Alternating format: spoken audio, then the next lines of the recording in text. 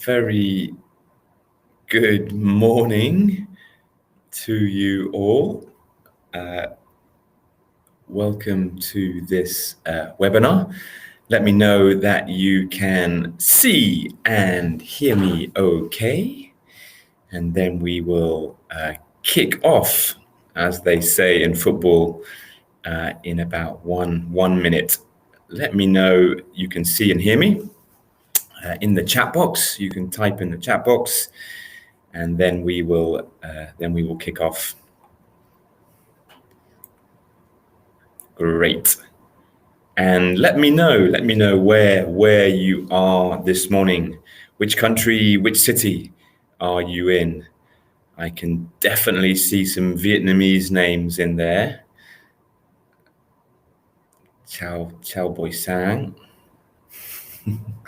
Wow, Phnom Penh, fantastic city.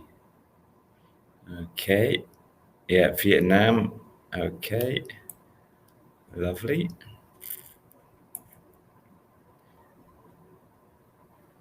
Great. And while we're waiting for a few others to join, let's start in a positive way. Tell me something good that happened to you, maybe yesterday or this morning. Maybe something great you ate. Let me know in the chat box. Tell me something good about your morning.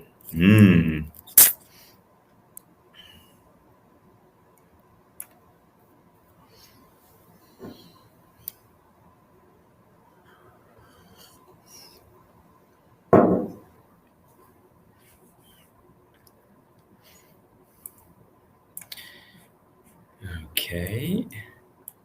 Wow. Okay. So not Lan, you said I read a good book yesterday. Okay. In English or in Vietnamese? I wonder.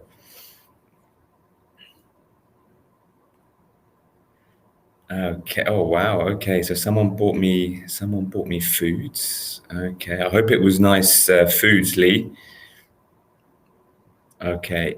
Not Lan said she read in Vietnamese. Okay. Good. All right. Well, thank you. Thank you for your positivity this morning. We have a nice group in the house. My name is John. I am a professional development manager for Macmillan Education. So some of you may know us very well, maybe using our courses. Let me know if you are using our courses. That would be great. Today I'll be looking at literacy, and in particular, early literacy. So the kind of skills that we can be helping our students develop when they are very, very young. So for very young learners. So we're looking at maybe sort of 3.5 to 4, up to around maybe sort of 5.5 years. And I'm sure many of you will be teaching students of that age. Yeah, do let me know who you are teaching, what age groups you're teaching.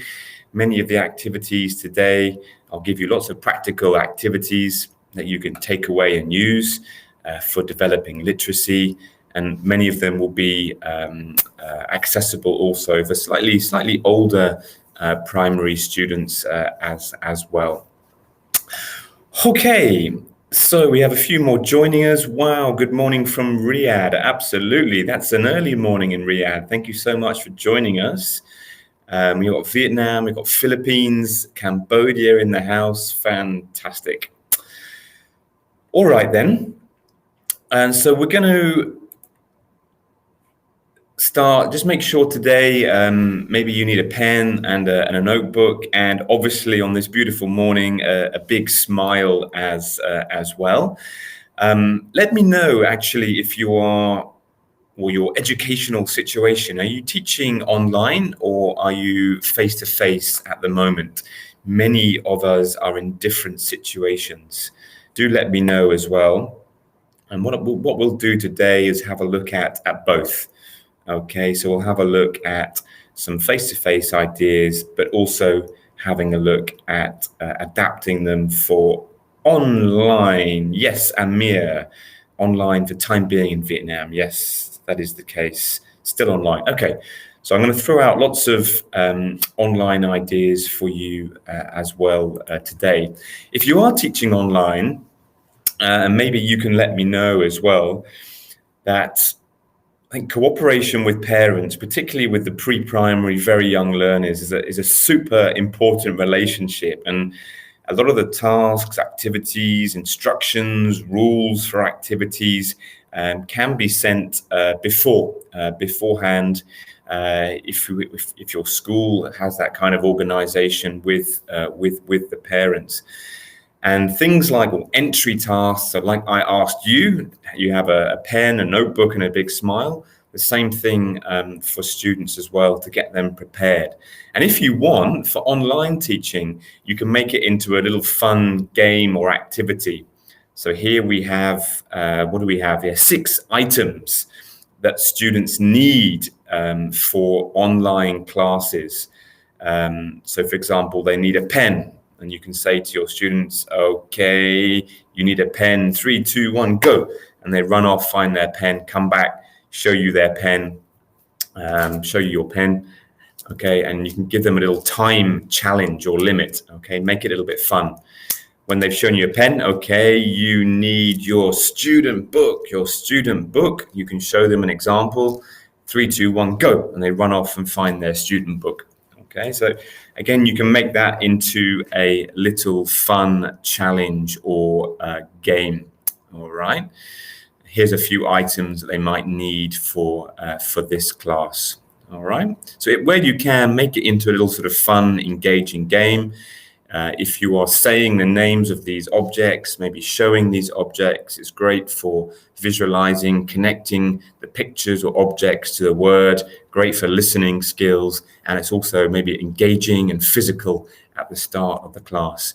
We have to keep our very young learners physical, right? Even with online classes.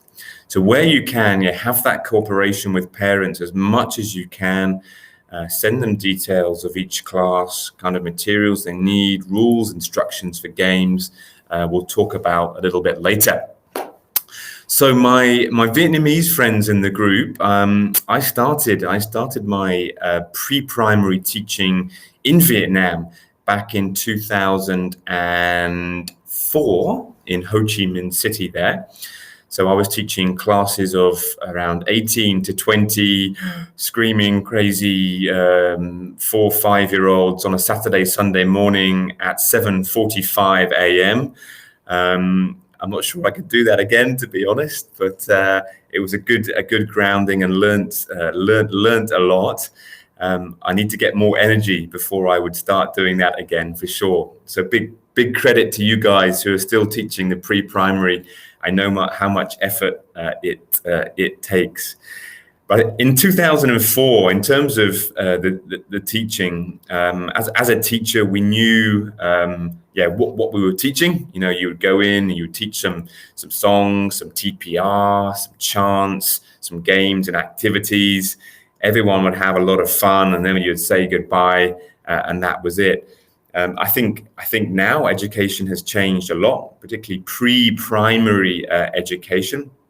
There's a lot more pressure, I think, from top down, from the Ministry of Education, but also from parents, your school as well, to be delivering more and to track what the students are doing in class.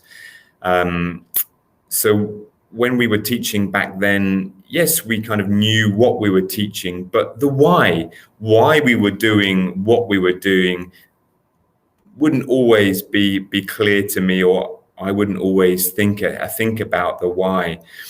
And these days, as I mentioned, there's a lot more going on, and kind of the reasons is developing early literacy, developing those skills at an early level. And we're going to be having a look at that today, kind of the bigger picture of pre-primary education and why we are delivering these kinds of classes and the types of skills that we can be using or fast tracking our students with.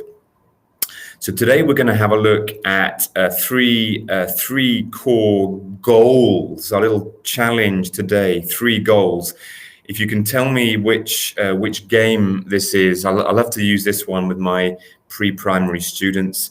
If you've come to any of my webinars before, you may have seen this idea already, but I like to use this one with kind of young learners because they can connect to it. Which game is this? Any idea?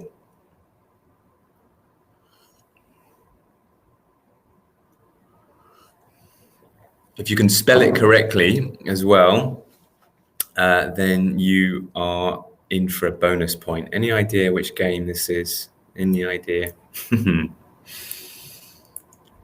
So actually, I'll help you out. So the game is from Harry Potter. So Harry Potter, this game is called Quidditch, okay?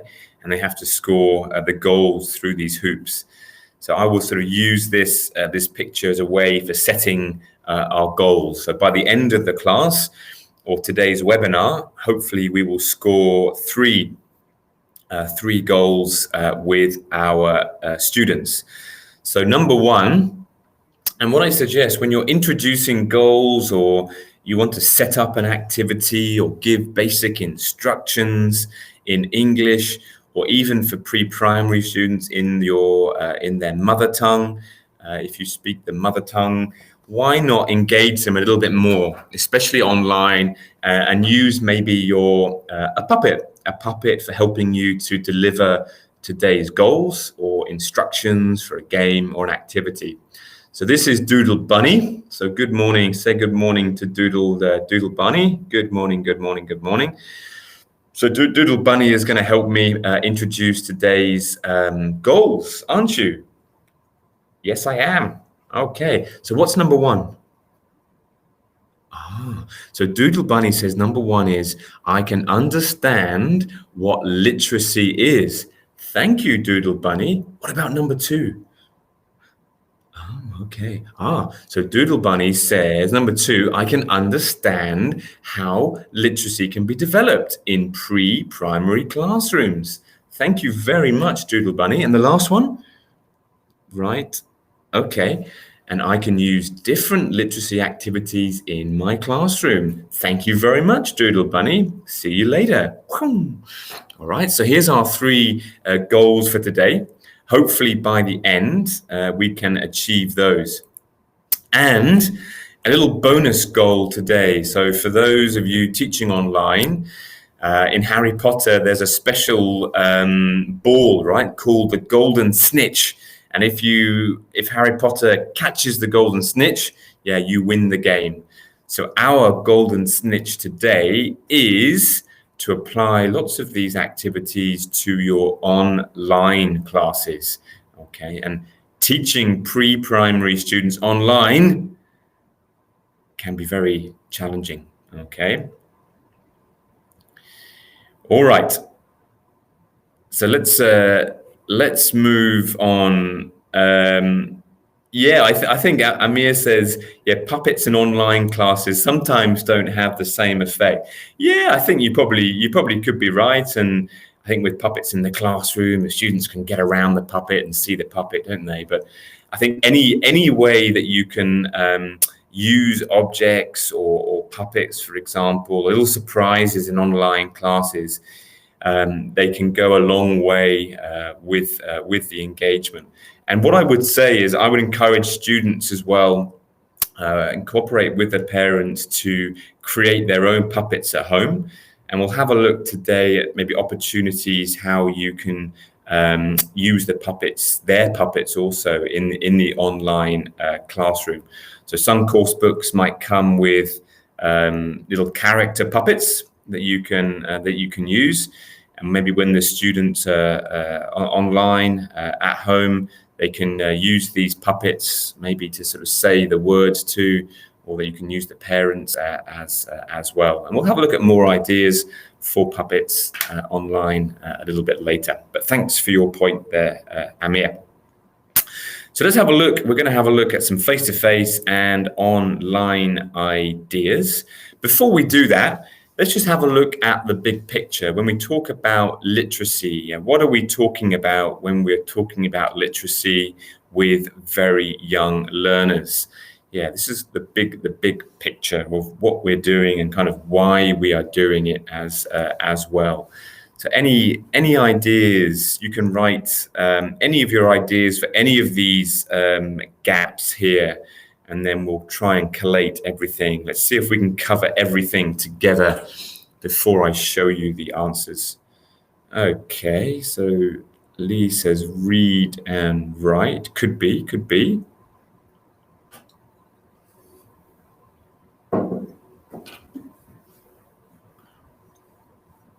Okay.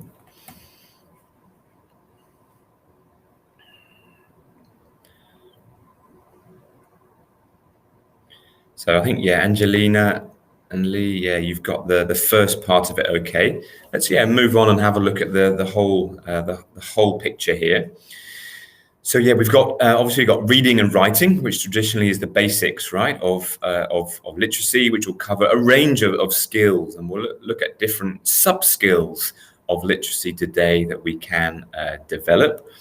A literate person, also we're talking about printed words, numbers, images as well, and importantly, using these to communicate a message. Super says phonics. Yeah, phonics will come under as a sub-skill of reading and writing there, Super. Okay, so that's our kind of big picture, and many modern day course books will be integrating all these key areas. Hopefully you do have a course which does integrate basic literacy ideals into the syllabus. And so you don't have to be looking for too much materials on your own. If you don't, then do get in touch with us, and we can help you find that right course for you. Before we move on and have a look at kind of individual areas of literacy for very young learners and some practical ideas, what else are we challenged with as teachers in terms of literacy development and pre-primary learners? What do they struggle with in terms of literacy? What is your experience? What challenges do your students have in terms of literacy? What do you think?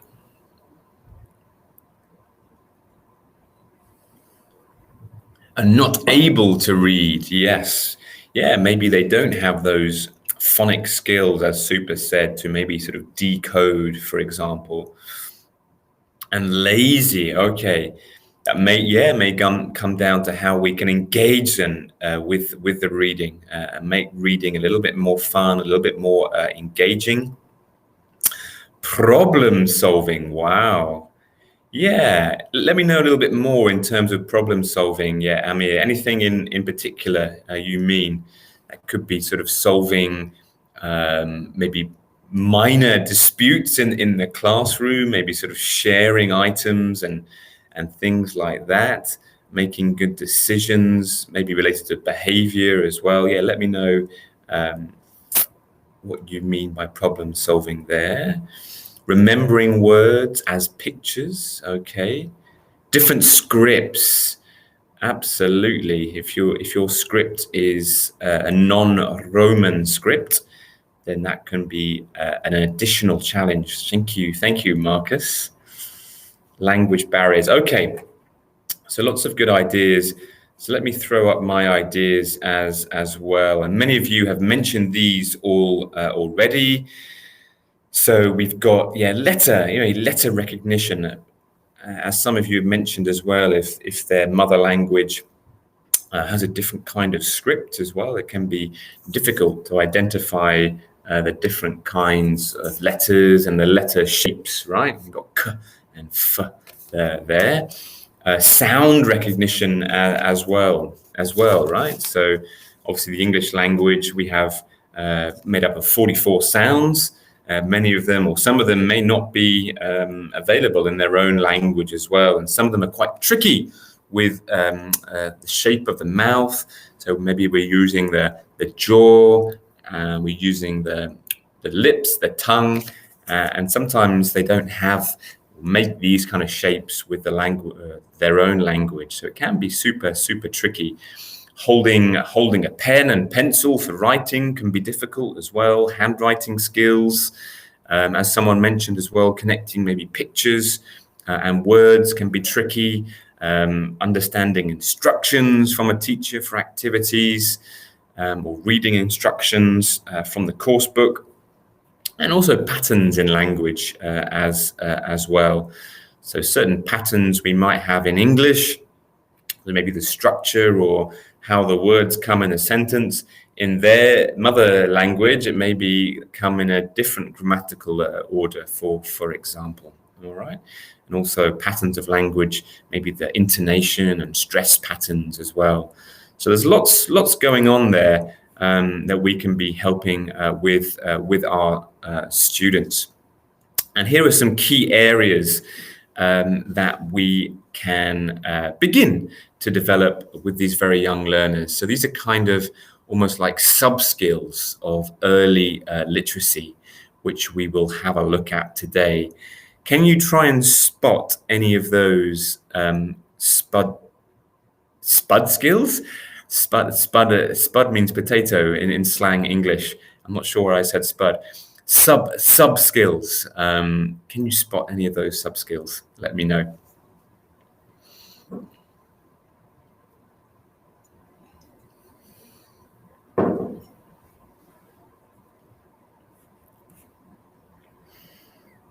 Okay. Shrapik Lee says trace, pictures and trace. All right. Oh, I like that one. Plot in stories. Okay. Okay, let's have a look and see how many we got. So we've got, yes, again, you can have a read through these. But what these skills do is helping us as teachers have a look at these kind of sub-skills of early literacy, help us understand the big picture, where we are trying to take the students. And we can work away at these sub-skills throughout the course.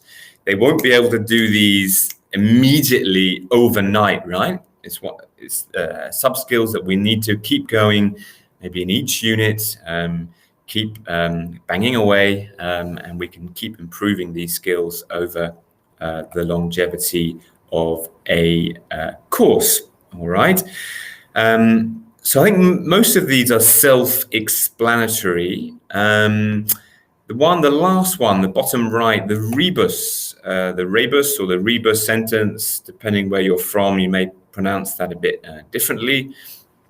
Like begin to read a rebus sentence as well. So rebus sentence is when you have pictures, or you substitute pictures for words in a sentence to help them make sense of the sentence, to help them connect the picture to words. And I'll show you some examples of those and what we can do with those a little bit later. All right. So we're going to have a look at 4 key areas today, and I'm going to throw out lots of practical ideas. I'll take most of the ideas from our Doodletown pre-primary course. Many of you may be aware of that, but many of the ideas will be applicable to the materials that you are using as well. Just to mention, this course actually does come with a literacy skills book as well, for additional literacy with handwriting and reading practice, basic literacy practice, to help fast track your students with their literacy. So we're going to have a look at phonological awareness, early reading skills, the sub-skills for early reading, early writing skills, and then also print awareness in stories, in texts, okay, at the early years. So, I think the main message today is with early literacy and how to kind of fast track your students through these early years of literacy development is to have a systematic way of developing these skills.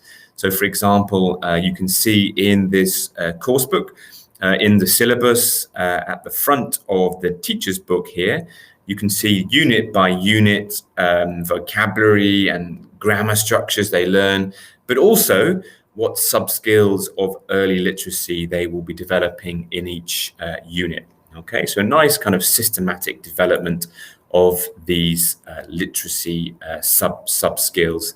And again, in each unit, for example, here they will highlight in the teacher's book what subskills they will be covering in this unit and what skills to work on.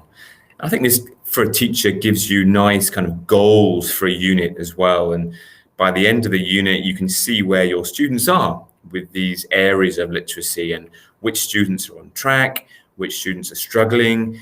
Maybe you can give those who are struggling a little bit of extra homework or extra practice to try and get them up to speed. Okay.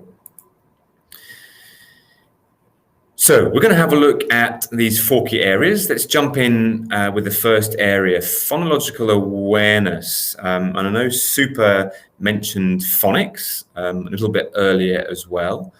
So obviously phonics will come under this umbrella as well. And usually in modern day course books, depending, or you can let me know in the chat box, are you teaching phonics explicitly, directly in your classrooms, online or offline? And usually what you'll find with pre-primary courses, each unit, they will have one sound, which you will introduce to your students. So in this unit, for example, they have a words and sounds lesson. So in this lesson, in this unit, they'll be introducing the students to the f sound. Okay. So I always like to prepare these little sound cards as well, and I'll show you how we can use these as we go through. All right. So I'll be using the f sound to show an example structure that you might want to use. You don't have to stick to this pathway or step by step, but hopefully this will spark some ideas for you as well as to a kind of process or steps that you want to go through when you are teaching sounds to your students. So this process has eight steps that we can think about. Again, if you want, you can cut some out, you can add your own, or you can be a little bit flexible with the order as well, depending on your teaching preference and style, and obviously time as well. So before we start introducing the sounds, it's always good to get ready. So different things. And with online teaching, it can be a little bit more tricky, can't it, to get our students' attention. How do you try and get your students' attention when you are teaching online? Obviously, when we're teaching in the classroom, we can do procedures, for example, 1, 2, 3, eyes on me, and everyone looks at the teacher, for example. Repeat that a few times. Teacher can say tick, tick, and the students shout boom, tick, tick, boom, to try and get their attention as well. Because when you're introducing something like phonics, you need to have your students' attention. You need to get them in close. If you're teaching in the classroom, get them in close, have their attention before you start teaching in the sound and maybe words that go along with that sound. Okay. So some kind of activity or learning game to attract their attention, says Lee. Yeah, that could be good. That could be a good idea. Yeah, I think, that's a good idea. Having some kind of signal, so a buzzer or bell. You may have a phonics chant that you might like to play, or the alphabet song or something like that to signify its kind of phonics or sound time. Okay, you could put on one of my colleagues, Del, there in Thailand, a nice idea from him. He mentioned in a webinar before having like a little hat, a special kind of hat he puts on to show them that it's phonics or sound time. But something to signify that it's phonics time or sound time is always good. Because they're going to be using their their mouths for creating the sound. You might want to do some fun, silly mouth warm-ups. So getting your ooh, ah, ee, creating the sounds, using your jaw, maybe your tongue, pushing your lips wide and out. Have some fun with that as well. The students have a lot of fun with that, find it a little bit silly, and it's a good way to get into the sound work. Okay, a nice way to also start warming up all those buttons, we call them. So the jaw, the lips, the tongue. Okay, all our kind of buttons that we need to help us make the sounds. Okay, so getting ready for making the sounds. Before you introduce a new sound as well, it's always good to go back and review sounds from the previous unit or units. So, for example, the f sound comes in Unit 3, for example, in this course. So you might want to go back and review the sounds from the f is in Unit 4. So you might want to go back and review the sounds from Unit 2 and 3. So we've got the k and the b. Okay, and do a little bit of review work, some fun and games with these sounds as well. And even if you're teaching online, you can be using these little sound cards to help the students remember those sounds. So you can do it all together. Okay, again, you can use your puppet. Okay, you can say the sound to your puppet as well. You can get the puppet to say the sound to you. Try and get your students as well to do it with a puppet. If they've made their puppet as well at home, or with their parent, they could be a pair with their parent, a pair with their puppet. You can change the speeds as well. So b, k, b, k, b, k, b, k, b, k, b, k. Okay, speed up, kind of slow down. If you're teaching face-to-face, playing music and passing the sound around the circle as well is also a good way. When the music stops, whoever's holding has to stand up and say the sound, or as they pass around the circle, they have to say the sound to the person next to them. All right. So you can do it with the sound cards. No, you can't. You can't pass it when you're teaching online. So that would be a face-to-face idea. But this session is all about trying to adapt, right? So, for example, if their parent or caregiver is in the room, if you're coordinating resources with parents, maybe they can pass it to and from the parent with a pair, for example. That could work as well. So it's all about trying to be creative, trying to adapt. And I would say usually, if our brains are working well, we can take the ideas, the face-to-face ideas, and you can usually just try and flip it or change it a little bit and find a way that could work online classes as well. So passing it to a parent or caregiver, for example, would be one way around that. Okay, so you can work with some sounds. You can also work with objects or words to review as well. So showing them different objects. You can encourage them, for example, a cup. You can encourage them to go off and find a cup in their house as well, or a book. Get them to show you a book. So physically show you a book as well. And again, if they've got a caregiver or parent there as well, before maybe shouting out the word or the sound, maybe tell your parent or caregiver, tell your puppet first, okay, before maybe sort of talking into the microphone and the camera, okay. So doing a little bit of review work is good as well. Some of you mentioned about helping them remember, or they quickly forget. Is always good. And one option as well is always good would be to set little objectives. as well. And if you're going to set objectives or give instructions, I would suggest to mute the students at this point. Otherwise, it'd be too much noise going on. So when you're giving instructions, to kind of mute everyone in the online room before giving instructions. But if you want, you can give them little kind of phonics goals. And again, where you can, make it visible. So today we're going to learn a new sound, okay? The f sound, a new sound, the f sound, all right? So, and what I suggest is to have a little goal.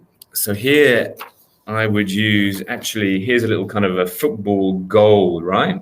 So you can tell them that they're going to have 3 goals today, or 3 or 4 goals today. So for example, goal 1 is to pronounce the f sound, okay? And we're going to learn 3 new words, okay? 3 new words. 4, 5, and funny face, okay? 4, 5, funny face. And as we achieve the goals, you can actually physically, stick the goals on. They can score goals as they go through, okay? It just helps the goal setting or objective process become a little bit more visible, okay? You may have your own creative ideas to show them the goals and then work towards the goals. But I would suggest to have something visible to show them the goals for the sound lesson, okay? And then something to work towards. All right. So we're going to be looking at the f sound and 3 new words. Okay. And hopefully by the end, they can score their 3 goals. So after we have reviewed, we set the objective, we can then look at saying the new sound. So what I suggest here is that the teacher, you do first. So I do as a teacher, and then we do. So we do maybe as a whole class. So I do, and then we do as a whole class is a nice process to follow.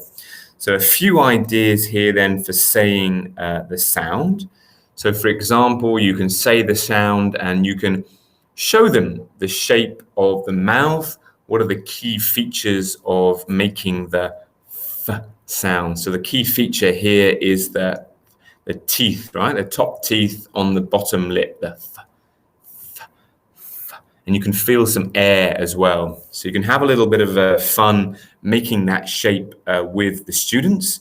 If you have a video of somebody making that sound as well, you can send to it your students or play it in the online class, which they can see as well. If not, you can get closer to the camera, point to that kind of your teeth on the bottom lip to show them what's going on there. Okay, and feel the air being pushed out. You can get everybody to say the sound. You can choose individuals. Using names in online classes is always very important. I tend to use little their names on little sticks. So we've got John.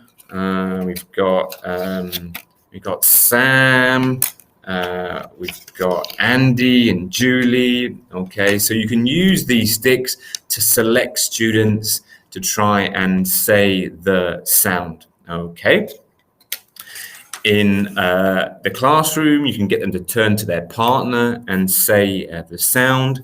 In online classes, get them to turn to their parent or caregiver. If you can coordinate it, get them to maybe say the sound to their puppet. Okay.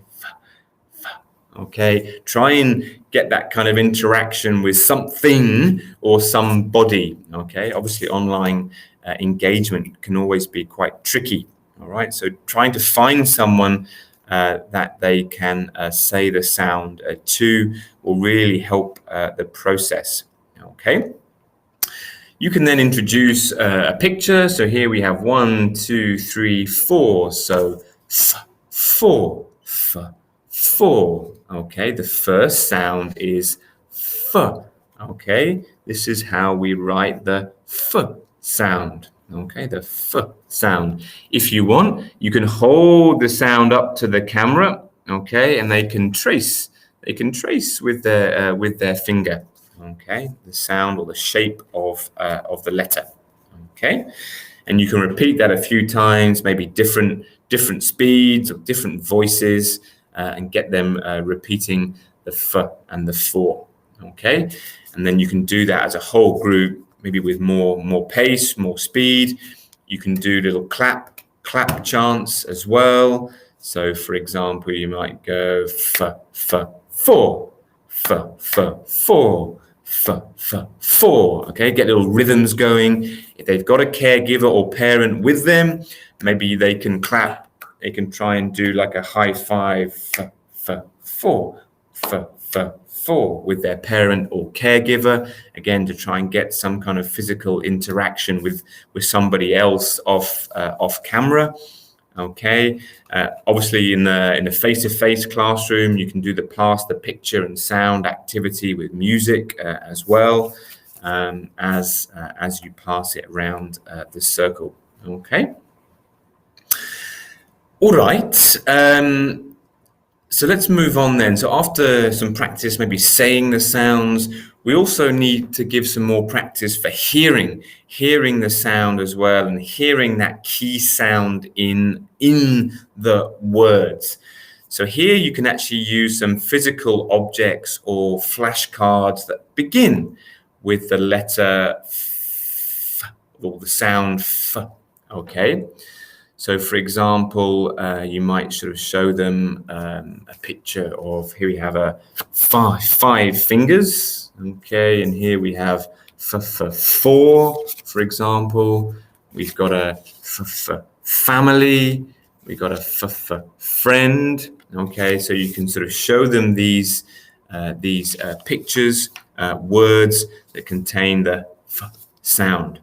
You can also show them objects without the F sound. So, for example, book, k, cup, for example, all right? And get them to say yes or no if the object has the F sound. Okay, it's a good way for them to start trying to hear or listen if the word contains that sound. Okay.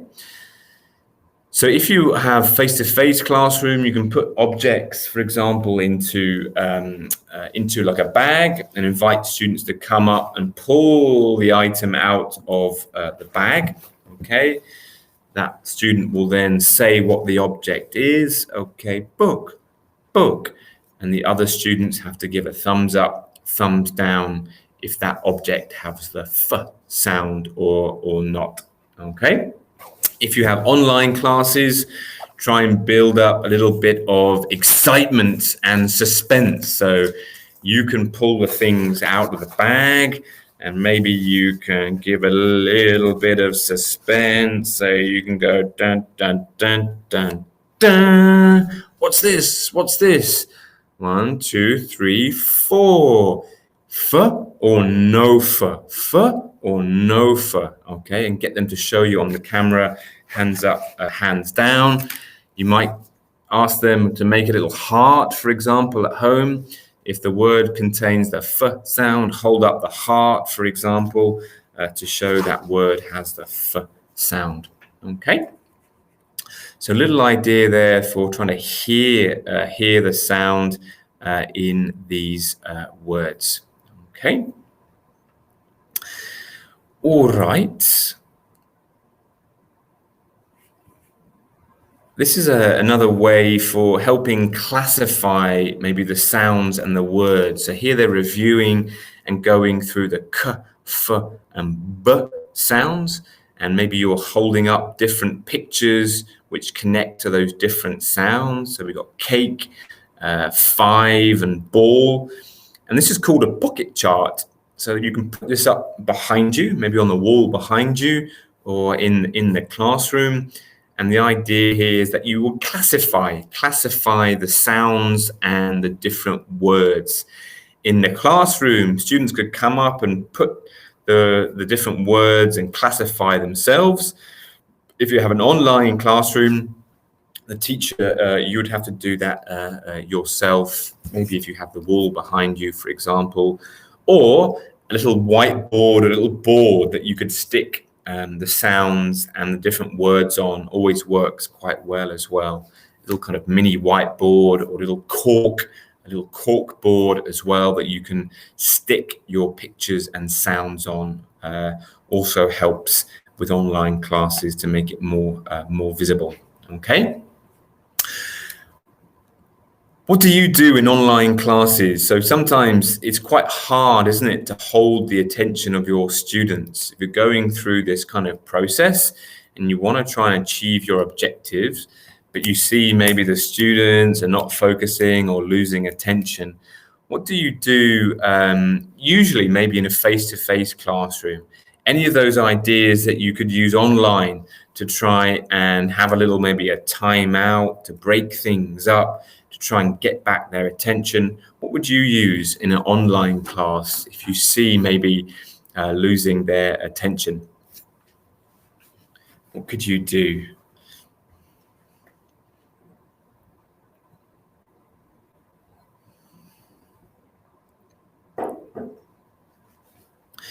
Yeah, I think with the pocket chart idea, as Marcus says, yeah, you can vary the background behind you as well, doesn't it? I'm sure they get bored of just staring at you for a 1 hour class, for example. You can definitely do some physical act here. Amir says, yeah, some stretching. Yeah, absolutely. Some silly stretches, some dances, some exercises, clap to a rhythm, play a song. Okay. Yeah, and it's good maybe to break up. We're going through like an 8-stage process. So maybe after every 2 or 3 steps in the process, just to break things up and then bring them back into that kind of process will help as well. Brain breaks are also very, very good. You can search for some of those and ones that you might like online. So brain breaks, a little kind of breaks in the study that will help kind of wake up the brain and clear the brain for the next activities coming up. So if you're interested to find out more, you have a Google search for brain breaks. So after we have had practice of saying and hearing the word, we can then go on to looking at maybe forming the shape of the word with some basic writing development ideas. And we can do some air writing, right, as well, which many of you are familiar with. But make sure you do turn around and you can maybe sort of write it in the air. Get the students to trace the shape of the letter in the air. If you have a caregiver or parent, you can get them to write or trace the shape of the letter on their parent or caregiver's back. Okay, they can have a lot of fun with that one. If you have online classes, you can get them to sit in a circle and turn around so their backs facing the student behind them. And then everyone will trace the shape of the sound on the back of the student in front of them. And they have a lot of fun with that one. So air writing, back writing, modeling clay, like the clay for making the shapes of letters is always great. That may be something to communicate with parents, to have them to prepare at home. Okay. I'm thinking online, body shapes. You could have a go online, and maybe if you're bored listening to me already, have a go at trying to make an F or the F shape. Can you make that shape with your body at home? Nobody can see you, so don't worry, you won't embarrass yourself. But have a little go if you want to stand up and have a stretch, and maybe you can look. There's a picture on the screen there, isn't there, of an F shape. I was trying to make it last night, and actually, you can have quite a fun. Even if you don't kind of get it right, you can still kind of have a little go at it. That's a horrible effort, isn't it? But you can have a little go, and at least they're trying to connect and think about the shape of this sound that they are covering. Slightly higher levels may be able to trace little plastic sleeves with white paper inside are always good. And you can get the students to kind of trace the shape of the letter. If they're kind of lower levels, you can do the dots, and then they would trace and join the dots like that. Again, if they have a parent or caregiver at home, you can encourage them to help prepare this material, and the students to sort of trace around and then hold up and show you what they've done. Okay, so using these mini whiteboards are good, and they just wipe off, which is great as well. Okay. In the classroom, often you have the tile floor, so they could write on the tiles on the floor, and they rub off quite quickly as well. All right. But with very young learners, as we'll see a little bit later, particularly handwriting skills as well will come on to, can be quite tricky, and many of them still cannot hold a pen or pencil correctly. So I'll show you a few little tips for that a little bit later. All right. So we're saying the word, we're hearing the word, we're practicing maybe the shape of the word, and now we want to maybe sort of practice more as well. Chants are always good. Maybe flashcard games are always good as well. Hopscotch here is a great activity. Again, where you can, I know it's quite difficult sometimes, but where you can, coordinate with parents as much as you can. If you can send instructions for games or practice activities to the parents, they can always play with their students at home as well. So for activities like hopscotch, for example, so those of you at school when you were young who played this one, so this is when you can lay out flashcards. So you got maybe the F, you've got 4, 5, and other flashcards with the F sound. You can lay them out on the floor, maybe like 1 meter apart. And the aim is to hop. You hop from one picture, you say what picture you're next to, you say the sound or what's on the picture, and then you hop to the next one, you say what's in the picture, for 4, you hop to the next one, you say what's in the picture, for 5, and then when you get to the last one, you run back to the start. Okay, that's a great little kind of fun sort of game activity. And there's no reason why you can't try and send those, if you can, to the parents. That will try and make your life easier as well. Chants are always great, I think, for online classes. It's something that we can do together. It's physical, it's engaging. You can try and get the attention of your students. So in terms of chants, obviously the first sound here comes with a cool chant from the course book. Let me play an example chant for you now. See if I can play that. Unit 4, a funny face. 4, F. 4 fingers, 5 fingers, look, a funny face. 4 fingers, 5 fingers, look, a funny face. 4 fingers, 5 fingers, look, a funny face. 4 fingers, 5 fingers, look, a funny face.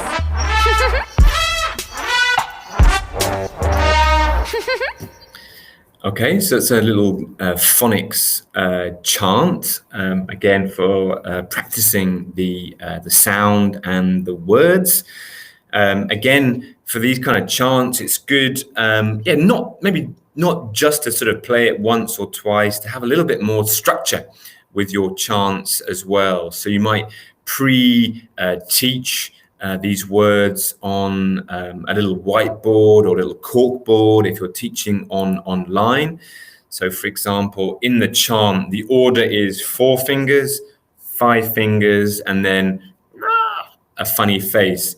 So you might paste those pictures onto a little whiteboard in the order they come in the song, and you can help sort of guide the students through the chant.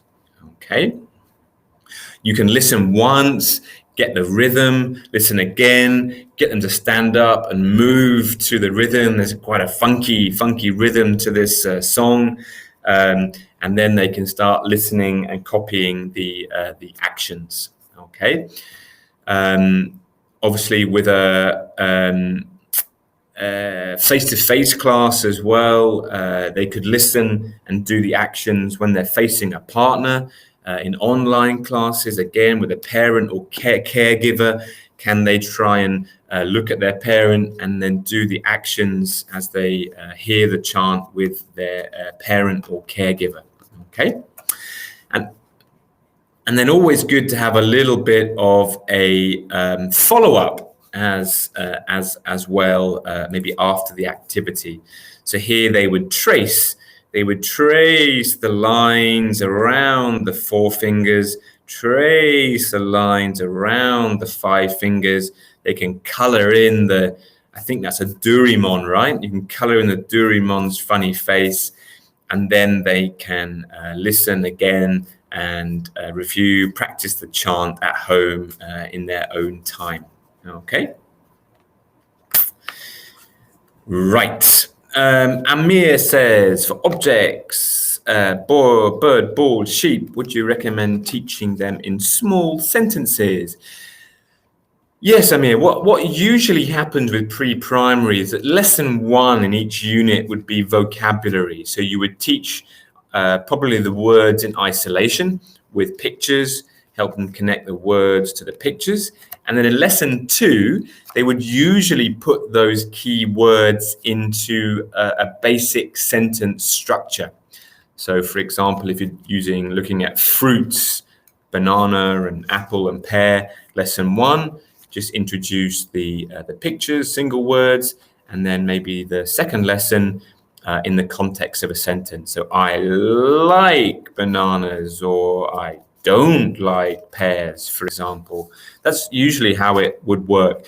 But it depends on the level of your students. If you think that they can handle the words in a sentence structure sooner, then no reason why not you could do that. But just gauge the level of the students, and we don't want to overload them too much with additional structure. Okay. Good question.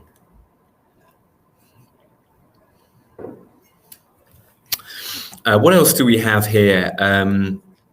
Just to mention, I mentioned chants and hopscotch. We have like up and down activities here. So it's good to have some activities where they're up and being physical, maybe chants, hopscotch, around the world. In face-to-face classroom, that's when you put the different pictures you want to practice around the room, maybe one picture on each wall of the classroom, and you play the chant, and all the students circle around the outside of the classroom, okay? And then the teacher, you sit in the middle of the classroom and you close your eyes and you say 3, 2, 1, stop. And the students have to stop on one or move to one of the pictures of their choice on one of the walls. They can go to different walls, it's up to them. And then you choose one. So you might say 4. And then you open your eyes, and whichever students are standing by that word, the 4, they're out and they come into the middle, and then you repeat the song again. It's the last student standing. Okay, so it's a cool little game. Again, if you want to send these activities to parents with the rules, maybe that's something that they could play at home with a parent or their brothers and sisters, if you can have that communication with them. All right.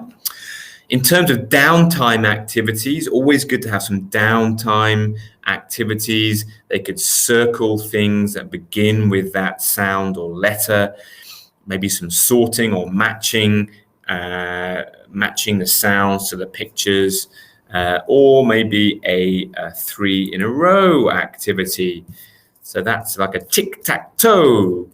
I'm sure you know this one in your culture, in your countries, where they have to try and win 4 in a row. So, for example, they have to say what's in the square. So top left is a f. If they say that correctly, they can color in that square with their color. Okay, their partner then chooses the square. Okay, and if they say it correctly, they color in with their color, different color. First student to try to get 3 colors in a row is the winner.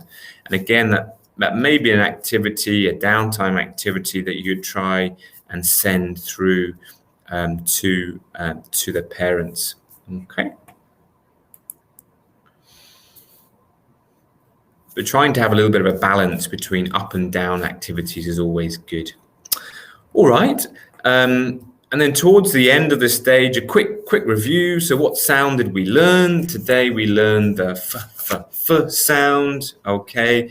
Can you draw the f sound with your finger? Yes, well done. Okay. And today we learned 3 words. What were those words? Yes, 4, 5, and funny face. Good, well done. Okay. And again, if you want to use the visual goal, again, you can physically stick them on here to show that you've scored those four goals. Okay. So always good just to review what they have achieved. Okay. All right. So let's move on then. So we've had a look at a stage, that kind of 8-step stage of the process. So getting ready, review, setting the object, saying the sound, hearing the sound, writing the sound, practicing the sound, and then reviewing what was learned. Okay. So it's a nice little kind of 8-step process for sound work in your classroom.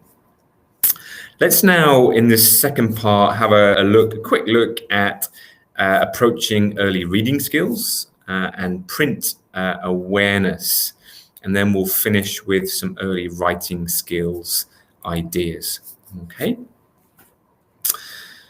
So I mentioned the rebus sentences before. So here's an example of a rebus sentence. So I have 2, and then a picture of eyes. Okay. So this is an example of a rebus sentence where you substitute pictures for words. So it helps the students with their basic reading, but also to identify that pictures and words have a connection and meaning. Okay.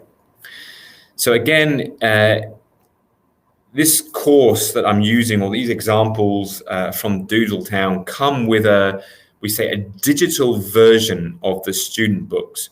So you can actually show a full page on your computer screen. So the students are looking at the page of the course book, or the digital or e-book version.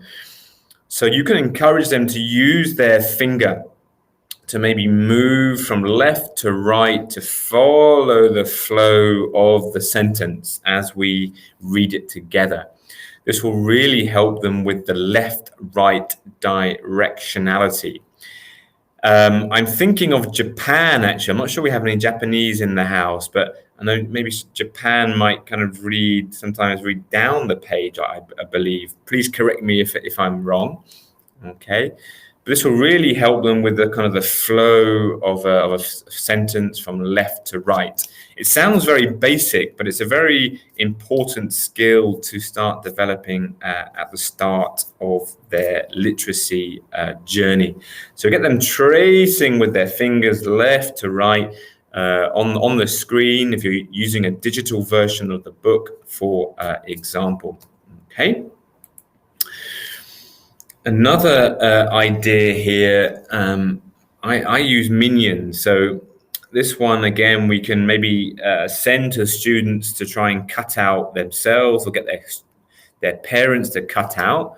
So you cut out the mouth of an object or a character. They tend to quite like the minions, or you choose someone else, a character that you know they're going to like.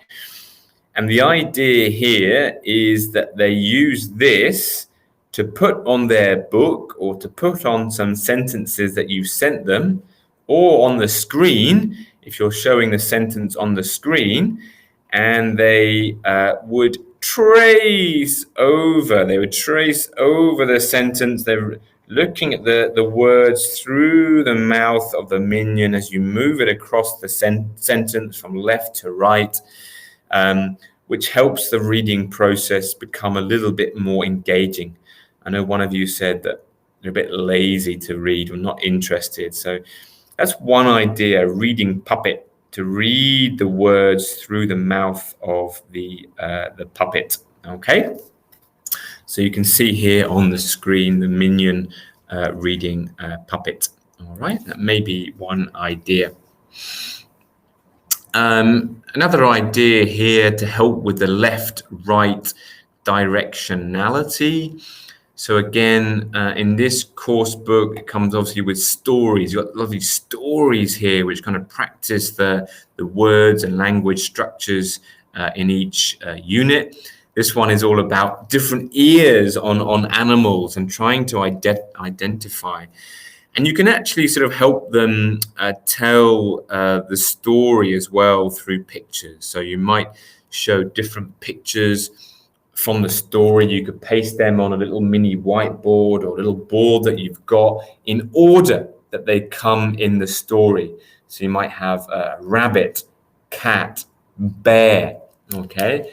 And then as you go through the story, you can sort of move through these different animals. You can show them how the story is moving from kind of left to right. Okay, there's like a process going through the stories. When hopefully you go back face to face, use the physical students as well. Give students different pictures from the story, and they kind of put themselves in order. And then you can you're tracing the story from the start, from left to right as well. And that will kind of help with that left-right directionality. Okay. You can also swap the order of the pictures and have them kind of retell the story in a new order as well. That will be kind of a higher order kind of thinking skill. Or as I think it was Amir earlier mentioned about problem solving. So you could put the story in the wrong order and encourage them to try and correct the order of the story. Okay. I mentioned about the rebus sentences as well. If you want, you could create your own rebus sentences. I mentioned the pocket chart before, and you could use that's a great resource for creating your own rebus sentences. So you could paste words in order on that pocket chart. You could add then pictures as well to replace the words and have students to try and read those sentences and then trying to say the word when they come to the picture. All right. Again, this is working with the story. This one also comes with like story songs, which is cool. And you can have a lot of fun with those songs to try and kind of retell the story. That will combine with rebus sentences as well. Let me play the story song for you so you get the idea. Let me come back to my presentation. Let's have a look. Okay. Unit 4. Let's play. Are you good at guessing? Look at the ears. What's this, my dears? Can you guess? It's a rabbit. Yes, yes, yes. Yes, it's a rabbit. Look at the ears. What's this, my dears? Can you guess? It's a cat. Yes, yes, yes. Unit It's a cat. Meow. Look at the ears. What's this, my dears? Can you guess? It's a bear. Yes, yes, yes. Roar. A bear.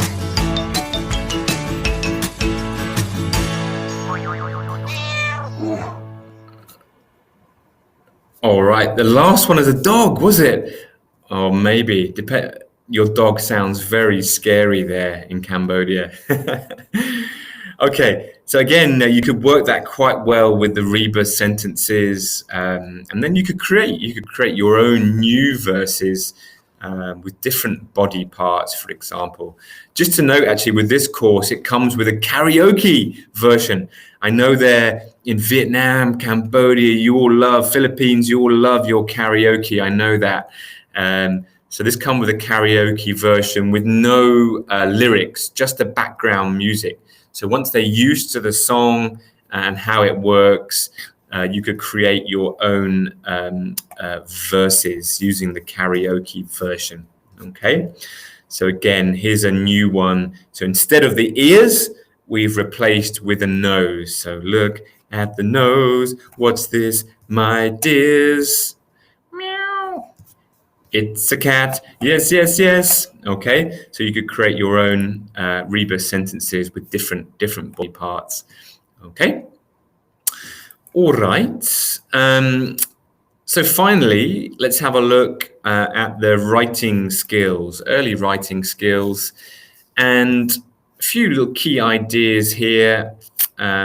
Doodling, tracing ideas, and then going back to the left-right directionality. So a few little practical ideas for you. But first question, actually, what do you do? Because some of your students may be at different physical development stages. Some of them may be able to hold the pen. Some may be able to use chopsticks, for example, to eat. Some may not be able to. How can you help students hold a pen correctly? What do you do? Any ideas? Share any ideas in the chat box. While you're sharing, let me have a look. Let me show you a couple of other ideas as well. So actually, this one is a little coffee capsule. I think I stole from my colleague on the desk. It's really perfect. Or a little tiny ball always works as well. But you put this in the palm of the student's hand for those two last fingers. And that really helps with the control when they come to holding the pen with their index and middle finger and thumb. So it just gives that extra kind of support. You try it at home. You can see a really big difference. It's really nice. And it gives you that kind of structure and support. Okay. That may be one way. Triangular pencils are really useful as well. It just helps with the grip as well. So using triangular pencils. The pinch and flip. So you kind of pinch it between your index finger and your thumb, and then you flip it over there, and then you can apply your middle finger, and that sometimes helps as well. So you pinch it and then flip it over. So little sort of techniques to help your students. Hold an eraser, yeah. Something that maybe is bigger. Start with something bigger always helps, and you can then get smaller and smaller. Okay. But some students may need a little bit more time. So again, maybe communicating with parents some ideas to help them with these basic handwriting skills, and holding a pen, pencil can really help, and maybe they can practice at home as well. Doodling and drawing is great ways to get accustomed to using pens, pencils, crayons. So for example, on the left here, they have to doodle or draw a circle around. So they listen to the audio. So we've got two circles. We've got, I think it's hair, and then we've got mouth in the second circle. So they listen to the audio, and if they hear hair, they have to draw around the circle there of the hair. If they hear mouth, they have to draw around the circle which has the mouth. Again, just very sort of basic techniques. This is a little activity book, activity where they have to kind of draw basic face to show their feeling. They can then show their feeling to you at the start of the class. All right. Other doodling ideas here. This one I love. This one is from something called a learning center. And these are activities that could be sent in a little pack to parents, maybe before or at the start of the term, or with each unit, a little pack could send home to the parents. And this one, for example, is a learning center about self-portrait. So actually they look into a little mirror and they try and draw themselves. And that's a great way for them to look at themselves, appreciate themselves, try and draw themselves. Again, they can hold these up on the camera in online classes and show you as well. Maybe it's something that they could do before class or after class. That's one idea of a learning center. And this course I'm showing you examples from, so Doodle Town, each unit has four different learning centers which can be communicated to parents before each unit. All right. Other kind of doodling ideas.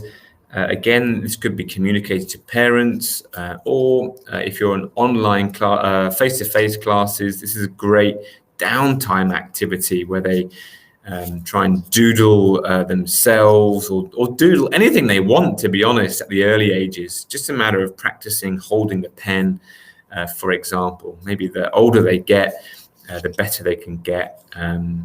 But just giving them maybe different frame shapes and sizes, and they can play around and draw different things in there. If they can try and communicate what they've drawn in these frames as well. Okay, but it'd be great once you go back to class, maybe to create like a class mural, for example, where they've all got their face or their drawing in one of the frames, which can be displayed in the classroom. That may be an idea that you could send home for parents or caregivers, something they could try and fill up all these frames with doodles for some nice downtime activity at home as well. Okay, so class mural there to help with the sort of drawing skills.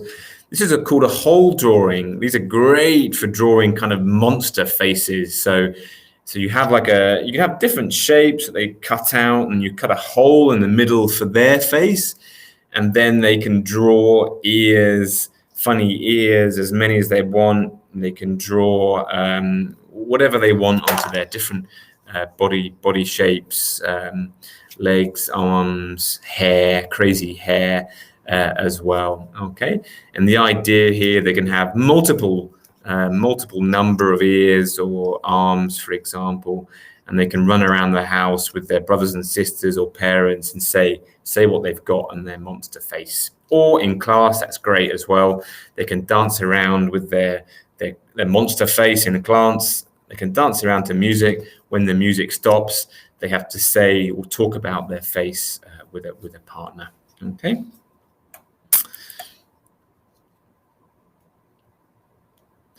Couple of other doodling ideas. If you are teaching online, I highly recommend or suggest getting some board game templates or some instructions to parents about how to create their own board games. Then these are great little games that you can use, they can use at home with their kids to maybe practice what they've been learning in class. So they would create basic board games, they can create basic dice, they can color in, create the board game themselves, and then play that at home. And I'll show you some more ideas for that a little bit later. So it could be super simple board game. They can paste or draw or doodle pictures they've learned from each lesson. They can roll a dice, move along the board game, and then tell their parent or caregiver what's in the square that they land in. All right. Other little doodling or tracing ideas. Again, they can trace round the key sounds or words from the lesson. So f, for, 5, funny face. They can trace around those, make little cards, and then they can play little snap games and activities with their parent or caregiver.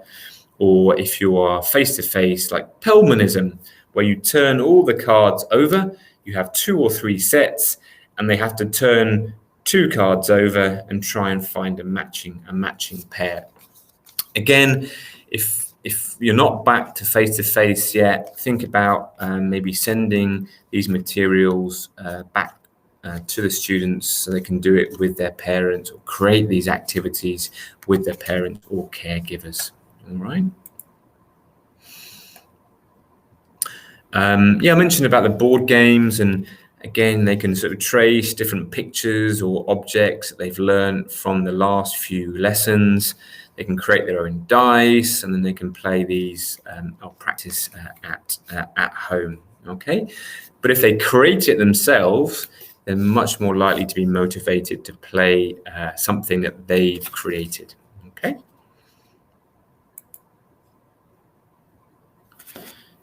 Mazes are a great way for practicing maybe the handwriting or tracing.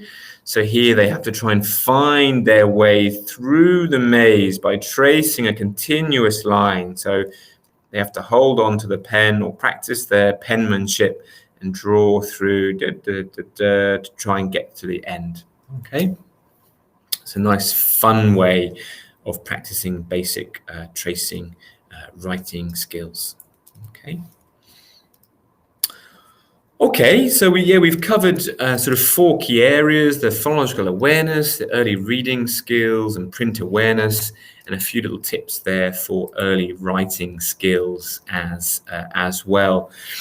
Hopefully there'll be some useful activities there, maybe to get you thinking about maybe adapting to online learning. I know it's challenging, I know it's tricky, especially with pre-primary learners. Try and keep things snappy, lots of short activities.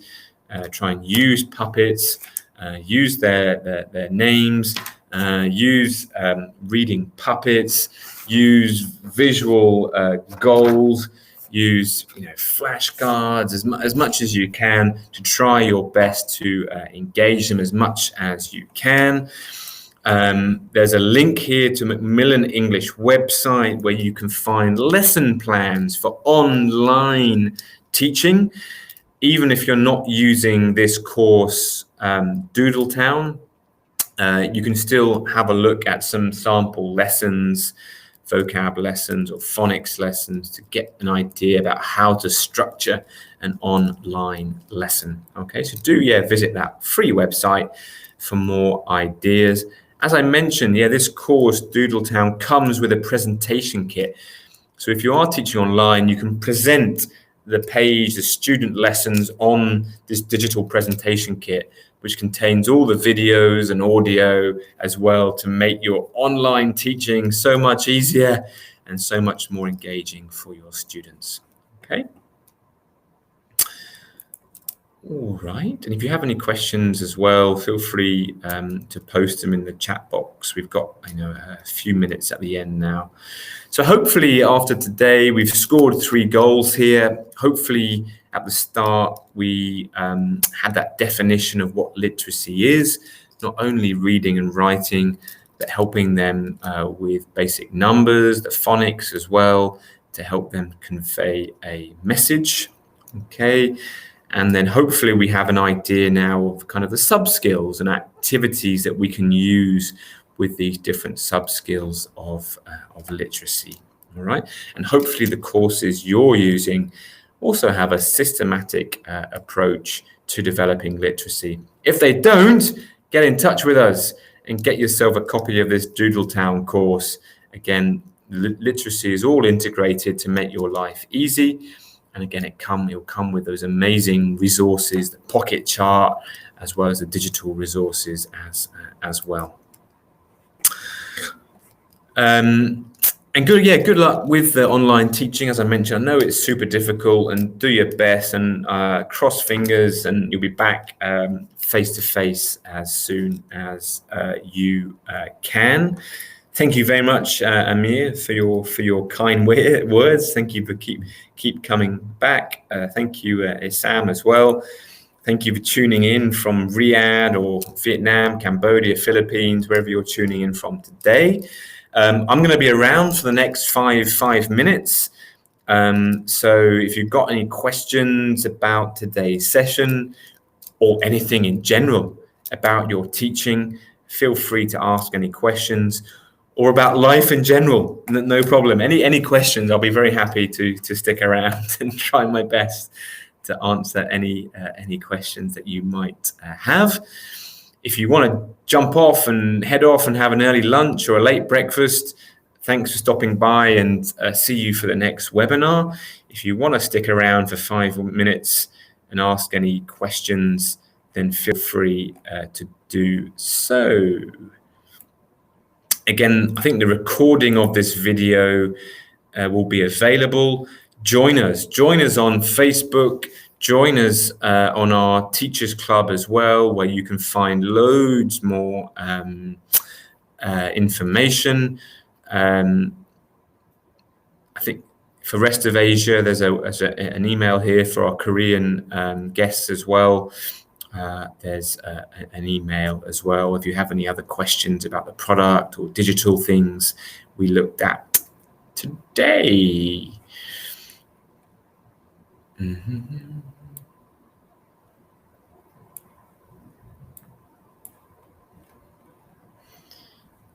Again, there's our emails there in the chat box if you do want to get in touch or have any other kind of questions or interested about any of the resources that you saw today.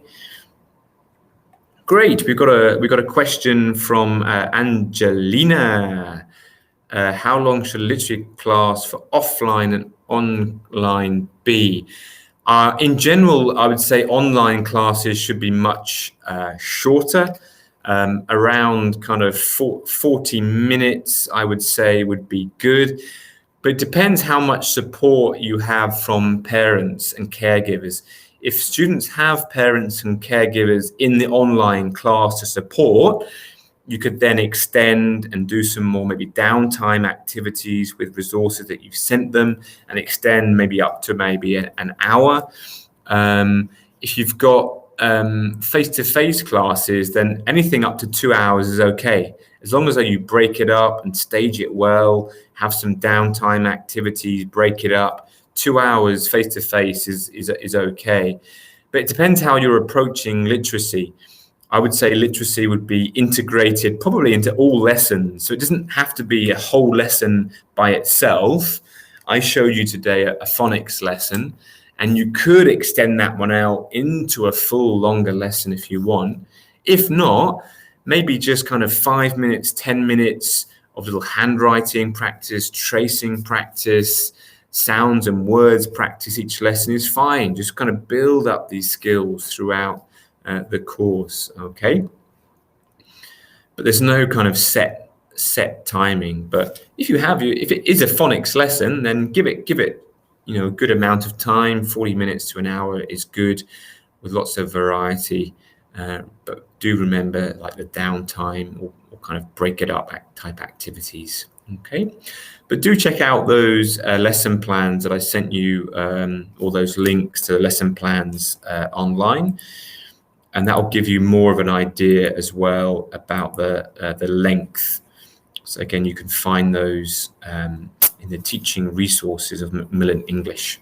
Okay, and that will give you a better idea about the length of a class.